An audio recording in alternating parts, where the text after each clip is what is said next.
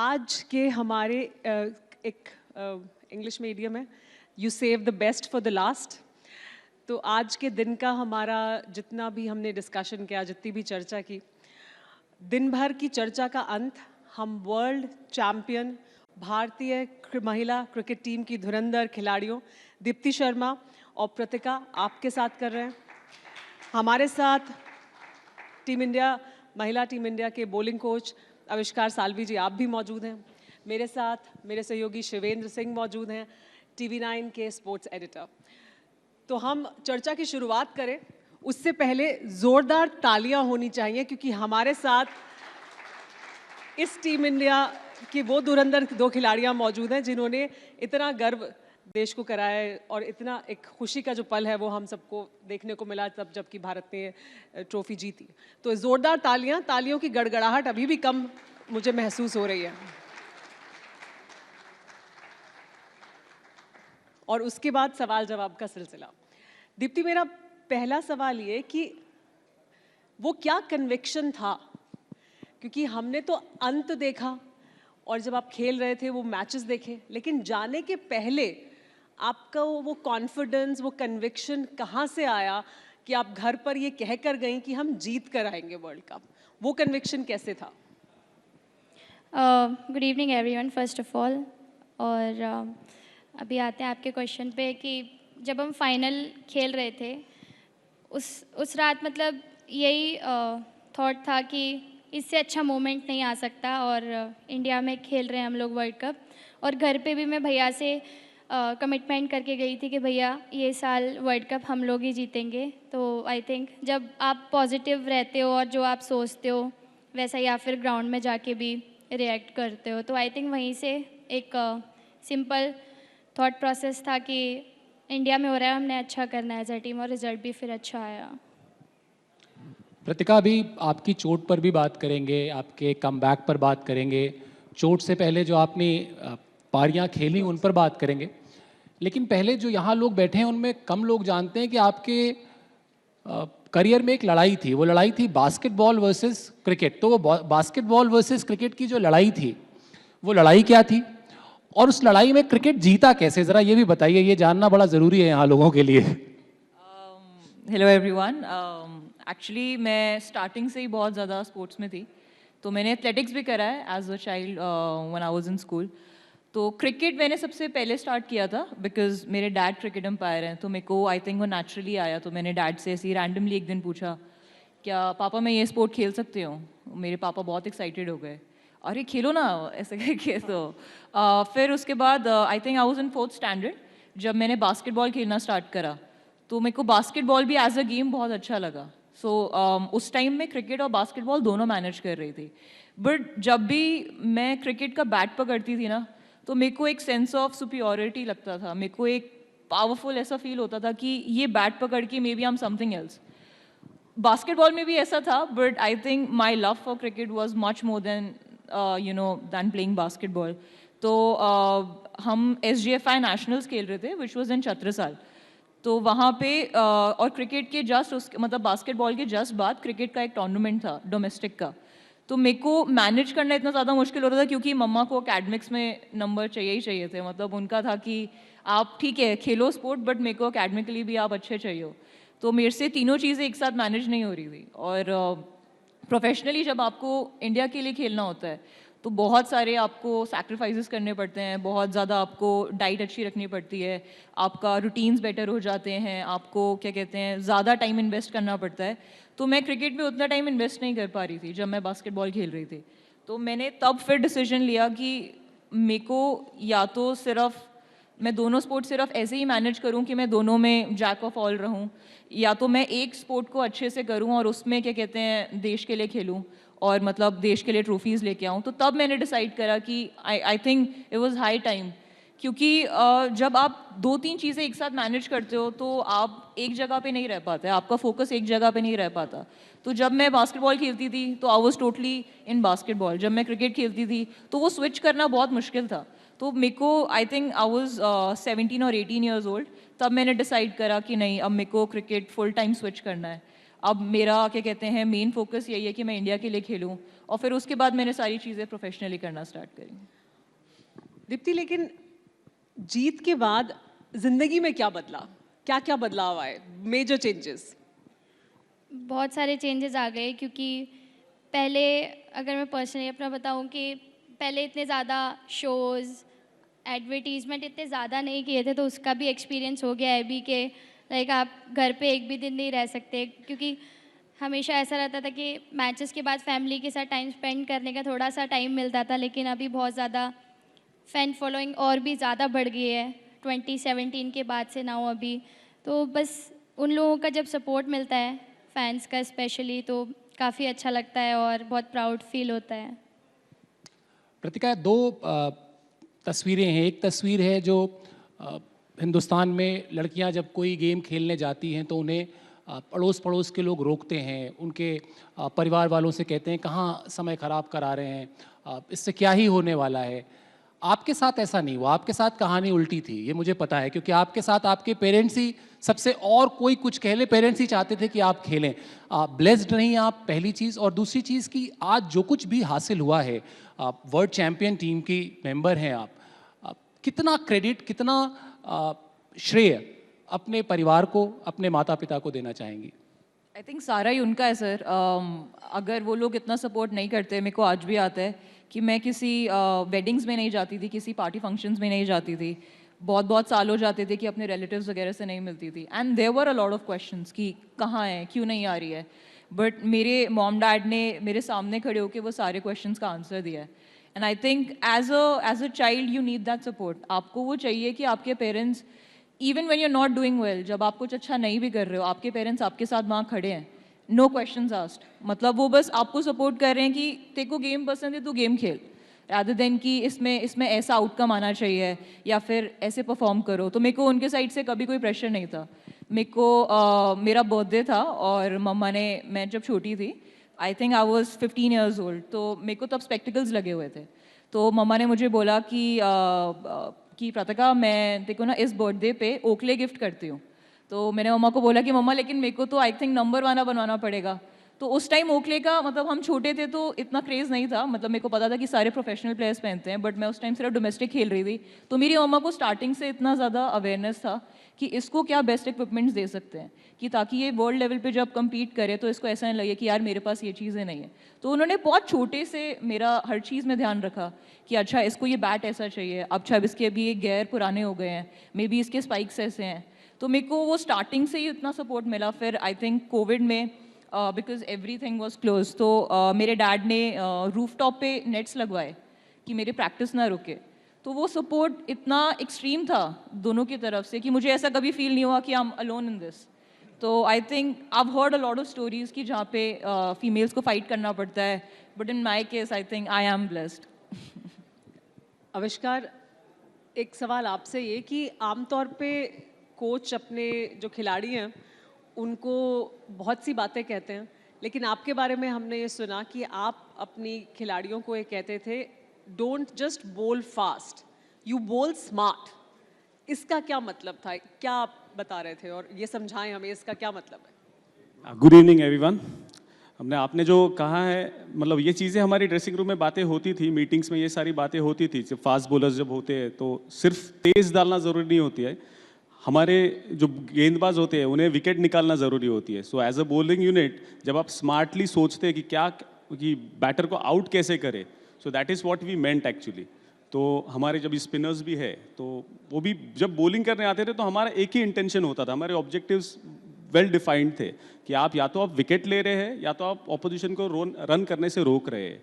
सो यही हमारी पूरी रणनीति होती थी पूरे समय, जब भी हम bowling unit as a bowling unit हम आते थे तभी। तो यही डिस्कशंस हमारे कंटिन्यूसली पिछले 2 साल से जब से हम हैं साथ में, हमारे कन्वर्सेशंस इन्हीं 2 ऑब्जेक्टिव्स के अराउंड होती है कि आप विकेट कैसे लेंगे और आप सामने वालों को, ऑपोजिशन को रन्स करने से कैसे रोक सकते हैं। सो यही हमारा सोच होता है। अच्छा दीप्ति, अभी जो मैं प्रतिका से पूछ रहा था, अगर वही सवाल आपके पास लेकर मैं आऊँ, आपका तो मुझे पता है कि अड़ोस पड़ोस वालों ने वो टीका टिप्पणी की, क्या कर रहे हैं, क्यों क्रिकेट खिला रहे हैं, वो सवाल नहीं पूछूंगा। सवाल मैं ये पूछूंगा कि जिस दिन जब जीत के आए और 1 2 3 नहीं 10 किलोमीटर लंबा जुलूस जिस जुलूस की आप स्टार, तो बहुत से लोग ऐसे रहे होंगे जो आए होंगे कि ज़रा एक सेल्फी खिंचा लेते हैं आपके साथ, ज़रा एक ऑटोग्राफ दे दीजिए। कुछ वो वाले लोग भी थे क्या जिन्होंने जिन्होंने शुरुआत में सवाल उठाए थे आपके और आपके परिवार के इस फैसले पर कि आप क्रिकेट खेलेंगी? अगर मैं सच बताऊँ तो मोस्टली उन्हीं में से थे वहाँ पर। और जब उस टाइम पे लोग थोड़ा ऐसे ताने मारते थे, आज उस मौके पर वो लोग स्वागत कर रहे थे माला पहना के, बुके दे के, और बोलते थे कि मैम एक ऑटोग्राफ चाहिए, सेल्फी चाहिए। तो अब भी ऐसा लगता था कि ठीक है, पेरेंट्स ने उस टाइम पे उन लोगों की बात नहीं मानी, या अपने ऊपर ये रखा कि हमारी बच्ची के ऊपर हम भरोसा रखते हैं कि मतलब उनका इनिशिएटिव मेरे लिए बहुत बड़ी चीज़ थी। और भाई का ऑल्सो, अगर वो सपोर्ट नहीं करते तो शायद आज इस मुकाम पर नहीं होती। अपने भाई का जिक्र कर ही दिया तो अब उस सवाल को भी अभी पूछ लेते हैं। कितना बड़ा रोल है उनका, और क्या हम ये कह सकते हैं कि सबसे ज़्यादा भाइयों में जो आविष्कार बहुत अच्छे से जानते हैं, सबसे प्रचलित सबसे पॉपुलर स्टोरी है सचिन तेंदुलकर और उनके भाई की, अजीत तेंदुलकर की। लगभग वैसी ही कहानी है आपकी भी, तो ज़रा शेयर करिए वो। बिल्कुल लगभग सेम ही है। मतलब मुझे हमेशा अच्छा लगता था क्रिकेट, और ये भी रहता था कि लाइक एक दिन इंडिया को रिप्रेजेंट करना है और उस मुकाम पे खेलना है। तो बस एक थ्रो ने ही काफ़ी जर्नी मेरी चेंज कर दी। तो बस यही रहता था कि भैया के साथ प्रैक्टिस करना है, और फिर उसी लगन से मेहनत करती रही मैं डे 1 से लेके अभी तक, और कभी पीछे मुड़ के नहीं देखा। लेकिन उस चीज़ में भैया का सेक्रीफाइस बहुत था, क्योंकि पहले वो जॉब करते थे, फिर जब उनको पता चला कि मेरी प्रैक्टिस थोड़ा गैप दे के हो रही है, रेगुलर नहीं हो पा रही है, तो फिर उन्होंने अपनी जॉब छोड़ी और फिर मेरे पे ही फोकस किया स्टार्टिंग से। वो थ्रो क्या था, थ्रो ज़रा बताइए। वो मतलब ऐसा था कि 40 मीटर्स से मैंने जस्ट पास ऑन किया था बॉल, लेकिन वो स्टंप पे डायरेक्ट जाके लगता है। तो वो ही एक टर्निंग पॉइंट था मेरे करियर का। प्रतिका, आप बहुत मुस्कुरा रही हैं, लेकिन मैं आपसे एक गंभीर सवाल पूछूंगी। आपके करियर की 3 तारीखों की अगर बात की जाए, 3 डेट्स की, तो आपके लिए कौन सी सबसे ज़्यादा अहमियत रखती है? कौन सी तारीख आपकी ज़िंदगी की में आपको हमेशा याद रहेगी? 26 अक्टूबर जब चोट लगी, 2 नवंबर जब भारत ने वर्ल्ड कप जीता, या 24 फरवरी जब आप एक बार फिर मैदान पर वापस आईं? आई थिंक सबसे पहला तो जब हम वर्ल्ड कप जीते 2 नवंबर, वो सबसे फर्स्ट है मेरी मेमोरी में।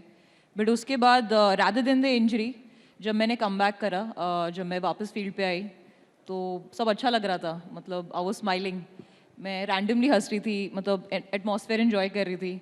ऑल दोस्त पहले मैच में मैं 0 पे आउट हो गई, but still I was enjoying. मेरे को अच्छा लग रहा था कि फाइनली, उससे भी ज़्यादा आई थिंक ग्राउंड पे जब पहली बारी मैच खेला, उससे भी ज़्यादा मेरे को तब अच्छा लगा व्हेन आई स्टार्टेड वॉकिंग, क्योंकि मैं बहुत टाइम से बेड रेस्ट पे थी। और जब मैं पहली बारी वॉक करने लगी विदाउट एनी क्रचेस और एंकल सपोर्ट के, तो आई थिंक वो मेरे को सबसे ज़्यादा याद रहेगा कि अच्छा finally I have got that ability to walk again. तो 2 November is the first date, and then when I started walking. आविष्कार, चोट का कुछ कर नहीं सकते, मतलब ये आपसे ज़्यादा कौन जानता है, वरना आपका भी करियर सिर्फ 4 वनडे का नहीं रहा होता। लेकिन जिस तरीके से चोट, फिर चोट, उसके बाद उससे उबर ना पाना। खैर, सवाल मेरा चोट पर नहीं है, सवाल मेरा ये है कि आपने 4 वनडे खेले, अमोल वो भी नहीं खेल पाए, इतना बड़ा खिलाड़ी जिसको जब थे तो कहा जाता था तेंदुलकर इन वेटिंग। लेकिन आप लोगों ने क्या जादू किया? मतलब एक खिलाड़ी जिसने इंटरनेशनल क्रिकेट नहीं खेला है और एक खिलाड़ी जिसने 4 वनडे मैचेस खेले हैं, उसने इन लड़कियों में क्या स्पार्क भर दिया कि वर्ल्ड चैंपियन बना दिया आप लोगों ने? क्या था माहौल, क्या थी वो सक्सेस का जो मंत्रा कहते हैं, वो क्या मंत्रा रहा आप लोग का, आपका और अमोल का, जो आपने इनकलकेट किया इन बच्चियों में? आपके सवाल को अगर मैं सोचूंगा तो एज अ क्रिकेटर जब हमारी जर्नी स्टार्ट हुई थी, तो हम, या अमोल भी होगा या मैं भी रहूँगा, तो हमने हमेशा सोचा था कि देश के लिए खेलेंगे और देश के लिए मैचेस जिताएंगे और काफ़ी लंबा करियर देश के लिए करेंगे। यही हमारी सोच होती थी और उसी तरह से हमारी प्रैक्टिस और प्रिपरेशन होती थी। बट कभी कभी कुछ चीज़ें ऐसी होती है जब एक्सप्लेन नहीं कर सकते। आप परफॉर्मेंस करते हैं, आप टीम में नहीं आते हैं, या आप टीम में आते हैं, आप इंजर्ड हो जाते हैं, आपको चांस बाद में मिलता नहीं है, ये सारी चीज़ें होती रहती है।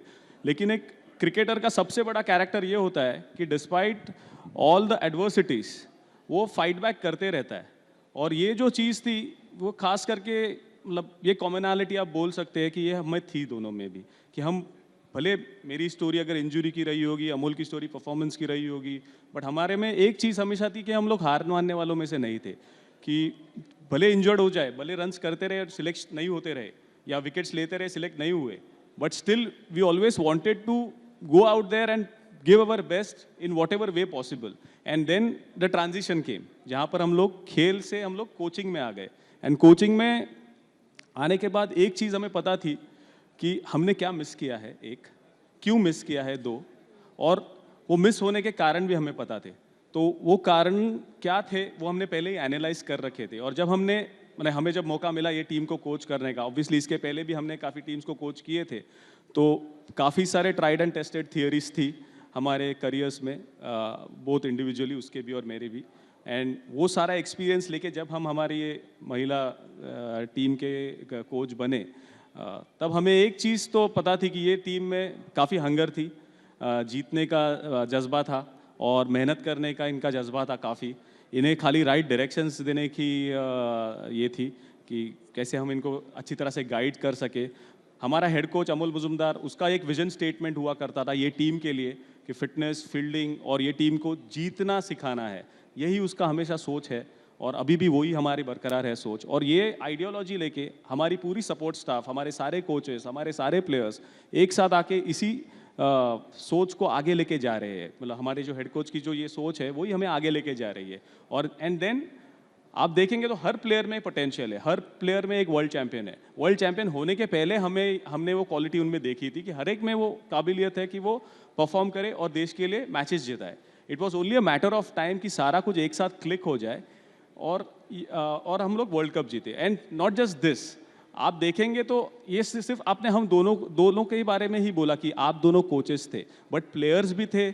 इसके बाद हमारी जो इकोसिस्टम थी जो बीसीसीआई ने बनाई हुई थी, आप देखेंगे तो पिछले 4 सालों से जो WPL का इंट्रोडक्शन हुआ है, वहाँ से काफ़ी मतलब हमारे जो प्लेयर है वहाँ से काफ़ी तैयार होकर आगे आए हैं। आप देखेंगे काफ़ी यंगस्टर्स वहाँ से ऊपर आ रहे हैं, उन्हें फॉरेन प्लेयर्स के साथ घुल मिलने का मौका मिल रहा है, उनके साथ खेलने का मौका मिल रहा है, सीखने का मौका मिल रहा है, एंड एक प्लेटफॉर्म मिल रहा है जहाँ पर एक हाईली कॉम्पिटिटिव एनवायरनमेंट है कि जहाँ पर उन्हें वो मैचेस खेलने मिल रहे हैं, जहाँ से वो तैयार हो रहे हैं। ऑब्वियसली डोमेस्टिक क्रिकेट है, बट आप जब WPL की क्वालिटी देखते हैं क्रिकेट की, तो वो बहुत ही ऊपर है और इन लड़कियों को वो मौका मिल रहा है वो करने के लिए। सो BCCI की वो जो सोच थी, वो सोच आप बहुत सारे मतलब बहुत सारी ये चीज़ें हैं, मतलब एक चीज़ ऐसी नहीं है मैं कह सकता हूँ कि ये चीज़ के कारण हुआ। बट देन आप देखेंगे कि हमारे जो लड़कियां हैं उनमें वो पोटेंशियल होने के बाद उन्हें वो प्लेटफॉर्म मिलना ज़रूरी था, एंड वो प्लेटफॉर्म का उन्हें जो एक्सपीरियंस मिल गया, एंड देन उसके बाद ये पिछले 2 साल में ये जो टीम तैयार हुई है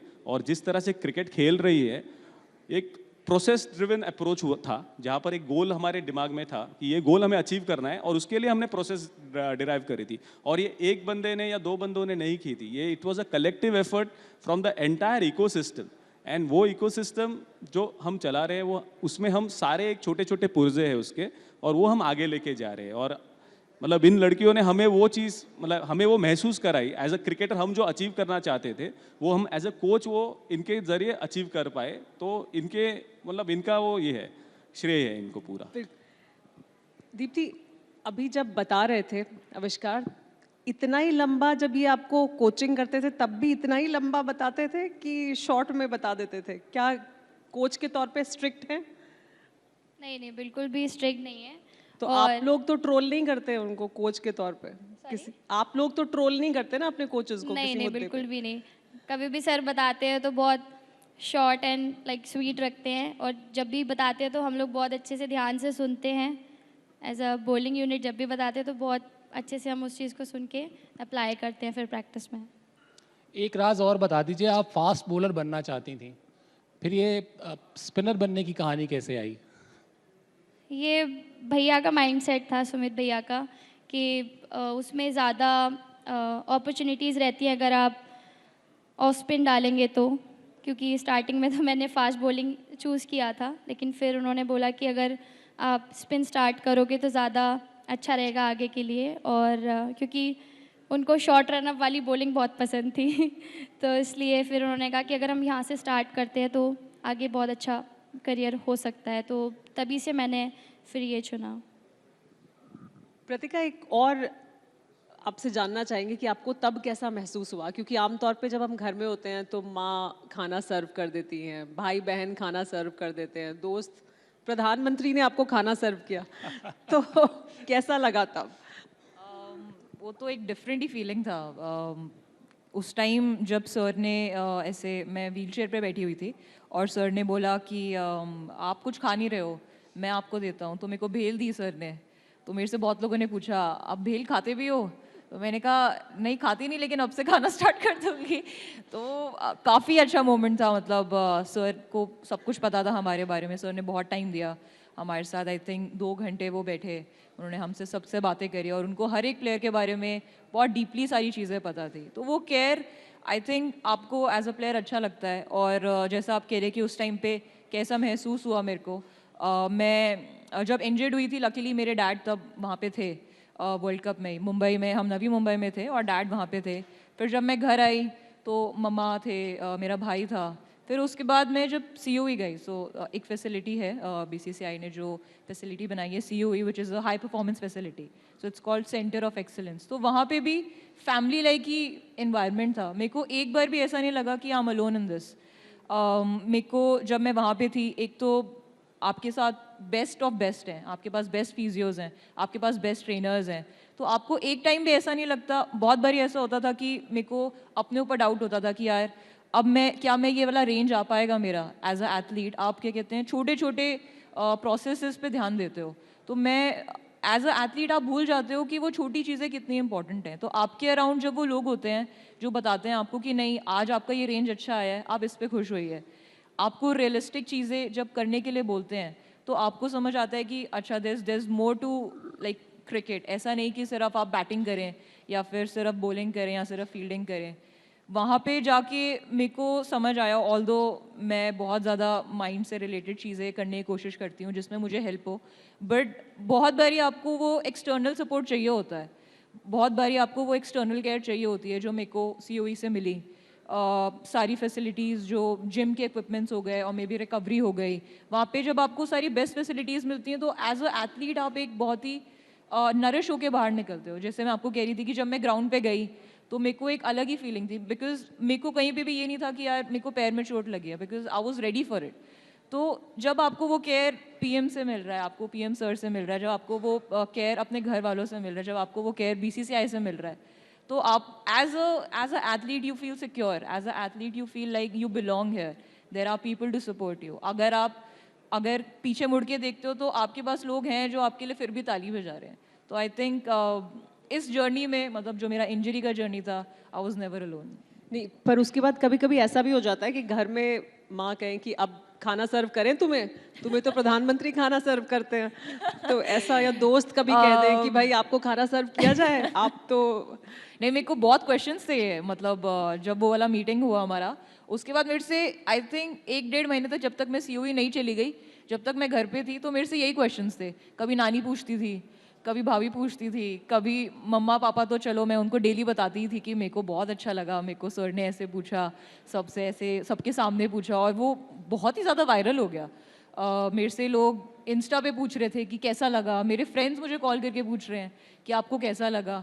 तो वो एक क्या कहते हैं, जब आप जीत के आते हो, एक ऑलरेडी वैसी खुशी होती है, और उसके बाद जब आपको ऐसे सम्मानित करें, आपको ऐसे एक्स्ट्रा केयर दिखाएं, तो वो आई थिंक वो फीलिंग थोड़ा मुश्किल है डिस्क्राइब करना, बट अभी भी मेरे को बहुत अच्छे से याद है कि मैं ऐसे बैठी हुई थी, सर इधर खड़े हुए थे, सब सर से बात कर रहे थे, और सर ने एकदम से बोला आप लोग कुछ खा ही नहीं रहे हो, अच्छा मैं देता हूँ। तो फिर सर इधर, बेल जस्ट इधर ही पड़ी थी और सर ने ऐसे उठा के दिया, मैं कहा अरे अरे, तो बहुत ज़्यादा ही अनरियल मोमेंट हो गया। अच्छा दीप्ति, ये जब कैंपेन था पूरा वर्ल्ड कप का, उसमें एक मोड़ ऐसा भी आया जब 3 मैचेस हारे आप लोग, कितना मुश्किल वक्त था वो? क्या क्या एक सेकंड के लिए भी डाउट हुआ कि कहीं कुछ हमारा कैंपेन जो है वो डिरेल तो नहीं होने जा रहा है, क्योंकि आप लोग हॉट फेवरेट थे इस खिताब के लिए? वो समय क्या था, ड्रेसिंग रूम में क्या था, किस तरह की चर्चा थी, अमोल क्या कहते थे, आविष्कार क्या कहते थे, आप लोग खिलाड़ी क्या बात करते थे, अब आपकी हैरी दीदी क्या कहती थी, क्योंकि आप लोग की तो बहुत ज़्यादा दीदी वाला सिस्टम है। क्या माहौल था उस वक्त? सर देखिए, हम लोग हारे ज़रूर थे, लेकिन सारे प्लेयर का माइंडसेट बहुत सिंपल था और पॉजिटिव था कि यही एक टीम ऐसी है जो यहाँ से कमबैक कर सकती है। और पहले भी हमने काफ़ी ऐसे मैचेस खेले हैं जो हम हारते हारते जीते हैं, या कभी रिज़ल्ट दूसरी तरफ शिफ्ट हो रहा है तो देन वहाँ से हमने क्लोज गेम निकाले हैं। लेकिन वो 3 मैच ऑब्वियसली रिज़ल्ट अच्छा नहीं आता है तो अच्छा नहीं लगता, जब हम वापस रूम पे जाते हैं तो थोड़ा माइंड में वो चीज़ चलती हैं। लेकिन उसके बाद जब हम होटल गए तो हमारी एक बहुत अच्छी सी मीटिंग हुई थी, तो बस यही डिस्कस हुआ था उसमें कि हम ऑब्वियसली अपने प्राइड के लिए खेल रहे हैं, लेकिन हमें पता है कि अभी यहाँ से कैसे बाउंस बैक करना है, और सबका रोल और सबकी जो भी एबिलिटीज़ हैं वो सब अच्छी ही थी। बस मैटर ऑफ कि आप एक अच्छा इनिंग बिल्ड करो या फिर आप एक अच्छे रिदम में बॉल डालो। तो आई थिंक वो एक थोड़ा ऐसा मोड था जहाँ से हमें सिर्फ शिफ्ट होना था, और उसके बाद तो न्यूजीलैंड का मैच जो हमने खेला, आई थिंक वो एक टर्निंग मैच था, और वापस से वो सभी का कॉन्फिडेंस उस मैच में वापस आया। और आई थिंक वो सेमीफाइनल जिसका सभी को इंतज़ार था, तो वो तो बहुत ही ज़्यादा अमेजिंग था। जेमी का नॉक, फिर हैरी दी का वो पार्टनरशिप, फिर रिचा के छोटे छोटे नॉक्स जो थे वो बहुत इम्पॉर्टेंट रहे थे उस वर्ल्ड कप के लिए। शाहरुख खान जैसी कोई स्पीच तो नहीं थी? वैसे तारीख वही थी मेरे ख्याल से। वो 45 मिनट। शाहरुख का जन्मदिन 2 नवंबर ही होता है जी, तो ऐसी कोई स्पीच तो नहीं थी, वो 45 मिनट तुम्हारे पास है, ये पूरा दिन तुम्हारे पास है, 2 इनिंग्स हैं, आज करके दिखाना है, ऐसी अमोल ने तो कुछ नहीं ऐसा कहा? नहीं, मतलब ऑब्वियसली वो कोच माइंड में तो ऐसे ही रहता है कि कि नहीं हाश होना है, लेकिन ऐसा कुछ भी नहीं था। नॉर्मल थे, सिंपल थे, जैसा वो रहते हैं। लेकिन कहीं ना कहीं बैक ऑफ द माइंड हो रहा होगा उनके, लेकिन हमें अच्छे से समझा रहे थे कि हम क्या अच्छा नहीं कर रहे और कैसे अच्छा करेंगे तो हम एज अ टीम बेटर आ सकते हैं। तो बहुत मोटिवेटेड थे और बहुत अच्छे से समझा रहे थे आविष्कार सर ऑल्सो कि ठीक है, वनडे हो जाता है कि आप जैसा करना चाहते हो वैसा नहीं हो पाता है, लेकिन बुरे दिन जल्दी निकल जाते हैं और अच्छे दिन कंटिन्यू रहते हैं बहुत लंबे टाइम के लिए। तो वो एक ऐसा दिन था, और फिर उसके बाद से हमने बहुत अच्छे से बाउंस बैक किया एज अ टीम। प्रतिका, आप साइकोलॉजी की स्टूडेंट हैं, जो हम लोग बात कर भी रहे थे। जब आपको चोट लगी, आप एकदम करिश्माई फॉर्म में थे, आपके बल्ले से जिस तरह से रन निकल रहे थे, मतलब वो बहुत बड़ा एक शॉक था सभी के लिए, क्रिकेट फैंस के लिए, कोचेस के लिए, लेकिन उन सबसे ज़्यादा बड़ा शॉक आपके लिए था। प्रोबेबली आपको ये लगा होगा कि बस अब शायद सेमीफाइनल या फाइनल में एक बड़ा नॉक, और उसके बाद आप वो तमाम जो शोहरत मिलती है, प्यार मिलता है, सम्मान मिलता है, वो सब कुछ आपको दिखाई दे रहा होगा। लेकिन उस वक्त चोट का लगना, क्या वो जो साइकोलॉजी की पढ़ाई है, उस पढ़ाई ने आपको मदद की उस चोट के शॉक से उबरने में? बिल्कुल, काफ़ी मदद करी, but I think more than psychology आपकी सराउंडिंग्स आपको बहुत हेल्प करती हैं। जैसा कि मैंने आपको बोला कि मेरे डैड वहाँ थे, मेरे कोच भी आए थे, मुझको उन्होंने विज़िट किया था देखने के लिए कि मैं कैसे हूँ। तो ठीक है, साइकोलॉजी आपको हेल्प करती है, आपने जितनी भी चीज़ें पढ़ी हैं आपको वो सारी चीज़ें हेल्प करती हैं। मैं बहुत सारी थ्योरीज़ रियल टाइम में यूज़ करती हूँ, कैसे स्ट्रेस से डील करना है, या फिर तो मैं सबसे पहला मेरा था कि मैं एक्सेप्ट करूँ कि ठीक है मैं अब इंजर्ड हो गई हूँ, what is the next course of action. तो मेरे को याद है कि मैं जिस रात को इंजर्ड हुई थी, अगले दिन मेरे को सुबह एक्सरे के लिए जाना था।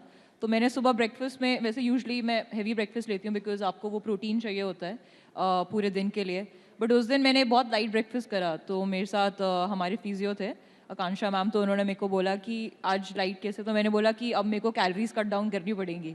अब मैं क्योंकि काफ़ी टाइम तक बेड रेस्ट पे रहूँगी तो मेरे को कैलोरीज मेंटेन करना पड़ेगा। तो मेरे लिए आई थिंक जो मेरे को हमेशा मेरे डैड और मेरे मॉम और मेरे कोच यही सिखाते हैं कि ऑलवेज कंट्रोल द कंट्रोलेबल्स। आपके हाथ में जो है आप उस चीज़ पे ध्यान दीजिए रादर देन कि अच्छा अब मेरे साथ ये हो गया है, क्योंकि अगर आप उस सेल्फ पिटी में रहेंगे तो आप ही के लिए मतलब आपका जो परफॉर्मेंस है वो आपका डिले होगा हमेशा। आपका माइंडसेट वो एक नेगेटिव शेल में चला जाता है, तो उससे बाहर आना बहुत मुश्किल है। तो सबसे पहली thing as a player, as a athletes, हमें ये एक्सेप्ट करना ज़रूरी है कि ठीक है, इंजर्ड सब होते हैं, सबकी लाइफ में एज अ क्रिकेटर इंजरीज आती है, मैं चाहती हूँ ना आए किसी की लाइफ में, but I think it's part and parcel of the game. तो उस टाइम मेरे लिए सबसे ज़्यादा अच्छी चीज़ ये रही कि मेरे डैड वहाँ थे, मेरे मॉम कॉन्स्टेंटली फ़ोन पे थे, मेरे कोच कॉन्स्टेंटली फ़ोन पे थे, मेरा भाई मेरे को रोज़ टेक्स्ट करता था, ऑल दो ही इज़ वेरी इंट्रोवर्ट, वो इतना नहीं करता है बात, बट फिर भी मेरे को याद है रात को स्टार्टिंग में नींद नहीं आती थी because I was in so much pain. तो मम्मा रात को उठे रहते थे, ऑल्दो उनकी आदत नहीं है लेट तक जागने की, बट मॉम उठे रहते थे, पापा वहीं थे, पापा ध्यान देते थे कि अच्छा ठीक है अभी इसको वो हो रहा है। तो मेरे को ऐसा लगता है कि जब आपके around right set of people होते हैं तो वो आपको कहीं गिरने नहीं देते, वो आपको बताते हैं कि अच्छा नहीं ठीक है, तू नेक्स्ट चीज़ क्या अच्छी कर सकती है, अभी तेरे पास क्या टाइम है, तू एज अ पर्सनैलिटी अपने आप को इम्प्रूव कर सकती है, तू मतलब अभी इस टाइम मेडिटेशन पे काम कर सकती है, या फिर may be you can learn a lot of speaking skills और करंट अफेयर्स के बारे में पढ़ सकती है। तो आई थिंक मैं काफ़ी इन्वॉल्व थी उस टाइम पे भी, क्योंकि मेरे पास बहुत ज़्यादा फ्री टाइम था, मैं काफ़ी सारी चीज़ों में फिर मैंने अपनी एज अ पर्सनैलिटी बहुत ज़्यादा वर्क करा। दीप्ति, जीत के बाद आप प्रेमानंद जी महाराज के पास भी गई थी और उन्होंने भी 3 सूत्र दिए थे, उसकी बात की थी और कहा था कि जीत की खुशी लाना लोगों के चेहरे पर वो परोपकार का काम है। तो क्या उन्होंने कहा आपको? और प्रेमानंद जी महाराज तो अब ऐसा लगता है कि क्रिकेट में आध्यात्मिक गुरु हो गए हैं सबके, तो क्या क्रिकेटर्स को अब उनके पास जाने में ज़्यादा अच्छा लगता है कि वहाँ जाना चाहिए, उनके उनके पास जाना चाहिए? आई थिंक मुझे तो इतना बिलीव हो गया है कि जब कुछ भी अच्छा नहीं होता ना, तो एक बार उनकी शरण में चले जाओ एंड देन जब वापस जाओगे तो डेफिनेटली सब अच्छा ही होगा। ऐसा रहता है मुझे, क्योंकि बिफोर द वर्ल्ड कप भी मैं उनसे मिली थी, तो उन्होंने 2-3 चीज़ ही बोली थी कि अपने संयम पे ध्यान रखो और हमेशा लगे रहो विद द फोकस जो आप करते हुए आ रहे हो। बस अगर उन चीज़ पे ध्यान रखोगे, अपने प्रोसेस पे ध्यान रखोगे, तो फिर सारी चीज़ एंड ऑफ द डे अच्छी हो जाती हैं। फिर वर्ल्ड कप के बाद जब मिली तो वो बहुत ज़्यादा खुश थे, जाते ही ऐसे बोलते हैं कॉन्ग्रेचुलेशन दीप्ति, आपने जैसा खेला पूरे वर्ल्ड कप में। तो आई थिंक ऐसे जब सुनने को मिलता है तो काफ़ी अच्छा लगता है और बहुत प्राउड फील होता है। आविष्कार ने बहुत डिटेल में WPL पर बात की प्रतिका, लेकिन आपसे भी जानना चाहेंगे वुमेंस क्रिकेट का जो पूरा का पूरा सिनेरियो है, WPL ने किस तरह से चेंज किया है, कितना कुछ बदला है, और क्या जो आने वाले एडिशंस हैं WPL के, जिस तरीके से हमने IPL को देखा कि सिर्फ क्रिकेट की नहीं बल्कि दुनिया के तमाम जो दूसरे भी स्पोर्ट्स हैं उसकी सबसे बड़ी लीग है, WPL को आप किस तरह से देख रहे हो? आई थिंक मेरे हिसाब से WPL गेम चेंजर है, बिकॉज एज यंगस्टर्स आपको वो अपॉर्चुनिटी मिल रही है, आपको वो एक्सपोजर मिल रहा है कि आप बेस्ट ऑफ बेस्ट के साथ खेल सको, not just with Indian players but overseas players के साथ भी आप खेलते हो, वो आपका एक बॉन्डिंग बनता है, आप दूसरे प्लेयर्स के साथ उनकी, जैसे इफ़ कोई यंगस्टर आया और उनको वो हरमंदी की टीम में है तो उनके बारे में पता लगता है, आप उनसे बातें शेयर कर सकते हो, आप उनसे एक्सपीरियंसेस ले सकते हो कि कैसे इंटरनेशनल क्रिकेट में खेलना है। देन आपको जब वो कंपेटिटिव मैचेस मिलते हैं जो टीवी पे आते हैं, देन आपको वो समझ आता है कि how to hold that composure on TV, आपको प्रेस कॉन्फ्रेंसेस कैसे करनी है, आपको अंडर लाइट्स कैसे खेलना है, आपको डिफरेंट विकेट्स पे कैसे खेलना है, आपके वेन्यूज़ डिफरेंट है, how to tackle that pressure कि एक छोटे से टूर्नामेंट में या फिर एक बड़े टूर्नामेंट में, या फिर आपको एज अ बैटर कैसे परफॉर्म करना है, एज अ बॉलर कैसे परफॉर्म करना है, आपका फील्डिंग का स्टैंडर्ड कैसे आपको अप करना है। जब आप एज अ यंगस्टर किसी WPL टूर्नामेंट में जाते हो, आपकी बहुत सारी लर्निंग्स होती हैं, आप देखते हो कि अच्छा जैसे स्मृति दी ऐसे बैटिंग करते हैं, ओके मे बी मेरे को ऐसे बैटिंग करना है, because now T20 is a very fast game, आप देखते हो कि कितना फिटनेस इन्वॉल्व है उसमें, आप अपने सीनियर प्लेयर्स को देखते हो, ओके ये इस टाइम जिम हिट कर रहे हैं, ओके तो ये मेरे को ऐड करना ज़रूरी है, आपको पता लगता है कि डाइट कितनी इंपॉर्टेंट है, आपका रूटीन्स कितने इंपॉर्टेंट है, are you waking up at the right time, आप क्या कहते हैं क्या राइट रूटीन ले रहे हो, क्या आप राइट न्यूट्रिशन ले रहे हो वो वर्कआउट करने के लिए या फिर वो एक्स्ट्रा एफर्ट मारने के लिए फील्ड में। तो वो बहुत सारी चीज़ें आई थिंक बहुत ज़्यादा इंपॉर्टेंट है एज यंगस्टर्स, क्योंकि जब हम छोटे थे मतलब उस टाइम इतने ज़्यादा मैचेस हमें नहीं मिलते थे, तो एक मैचेस का एक अलग एक्सपीरियंस होता है। आप जब क्या कहते हैं मैचेस ज़्यादा खेलते हो, आपको समझ आता है कि एज अ बैटर कि अच्छा यहाँ पे रन कैसे करने हैं, रेड सॉइल अलग खेलता है, ब्लैक सॉइल अलग खेलता है, अदर कंडीशंस डिफरेंट होती हैं, हर बॉलर का एक डिफरेंट स्टाइल है आपको बॉल करने का, आप एनालिस्ट से मिलते हो, आपको समझ आता है कि अच्छा ये गेम प्लान्स हैं. तो I think what BCCI has done to women cricket and also credits to Jay Shah sir, उन्होंने वो पे पैरिटी लेके आए. तो आपको एक सेंस ऑफ सिक्योरिटी फील होता है कि okay as parents, as you know, क्योंकि मैं बहुत ज़्यादा बातें सुनती हूँ कि पहले पेरेंट्स नहीं डालते थे क्योंकि ऐसा लगता था कि अच्छा सिर्फ क्रिकेट के साथ मैनेज नहीं हो सकता, but now when that pay parity has come in, तो पेरेंट्स को लगता है ओके नहीं, she can make a career out of this. There are a lot of exposures. WPL में आप चांस बना सकते हो. If not in the Indian team, you have a lot of opportunities. Domestic आप देखिए इतना ज़्यादा कंपेटिटिव हो गया है. You have all the international players जो आके डोमेस्टिक खेलते हैं, जो आके WPL खेलते हैं. तो आपका एक सराउंडिंग जब इतना कंपेटिटिव हो जाता है तो you are groomed in that way. और I think there is a beautiful saying, when everything aligns out of the field, it comes naturally to you on the field. तो आई थिंक इसका पूरा credit, इसका पूरा श्रेय BCCI को जाता है कि कैसे वो हमको एज एथलीट्स ग्रूम कर रहे हैं. आप देखिए कुछ तो सिस्टम में इतना परफेक्ट हो रहा है कि इन 2 सालों में हमारे पास 5 ICC ट्रॉफीज़ हैं. तो not just in main, under 19 आप मेन वुमेन दोनों हम जीते हैं, सीनियर मेन वुमेन हम दोनों जीते हैं, चैम्पियंस ट्रॉफी जीते हैं. तो I think it speaks volumes कि BCCI और क्रिकेट कितना आगे बढ़ रहा है इंडिया के लिए. और हम उम्मीद करते हैं कि ऐसे ही आगे बढ़ता रहेगा, ऐसे ही हम बहुत से और आप जीत हासिल करेंगी और हम ऐसे ही जश्न मनाएंगे. और वो जो खुशी लोगों के चेहरे पर आती है, और वो सबसे बड़ा परोपकार है. 20 किलोमीटर का जुलूस. और अब की बात 10 किलोमीटर का नहीं, 20 किलोमीटर का. और जैसे मुंबई जाम हो गई थी, वैसे जो है जिस शहर में आप जाएं वो शहर जाम हो जाएंगे. तो उस दुआ के साथ आपका बहुत बहुत शुक्रिया हमारे साथ आने के लिए और हमारे साथ बात करने के लिए. बहुत धन्यवाद. Thank you.